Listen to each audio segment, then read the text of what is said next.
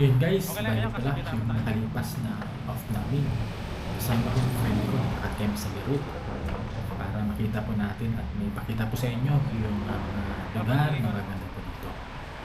Bali yan pala guys, yung Kaya bigyan ko ako ng Kasanay, sa Tuna po kami lakad. At yan po sa gilid, makita ninyo yung mga sakyan na nakaparada. Bali yan po yung kasama ko. At gusto niya rin daw maglakad kasi lagi din niya po sa trabaho. Kailangan din maglaksa at marami. So bali pala guys, ang ginamit ko sa pag-video ngayon ay DJI 360 camera. Kaya medyo nakakahilig siya. At kung makikita niyo yung view niya at okay naman siya tingnan pamilog. At muli guys, maraming salamat pala sa nanonood ng aking video. Marami at pwede ko sa inyo. Hello po sa lahat dyan. Pakaway ka po tayo.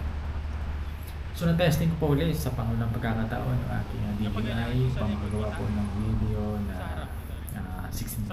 Yan. At yan po yung lugar namin ito sa Beirut. Napaganda siya. Maraming mga tanawin, building, at kung saan ay may hirap din. So muli guys, magpaalam po ako. At meron pa kaming gagawin video para sa mga short video na aking gagawin. Maraming po salamat sa lahat at ingat po tayo palagi. Bye bye guys, thanks for watching. Bye bye, see you.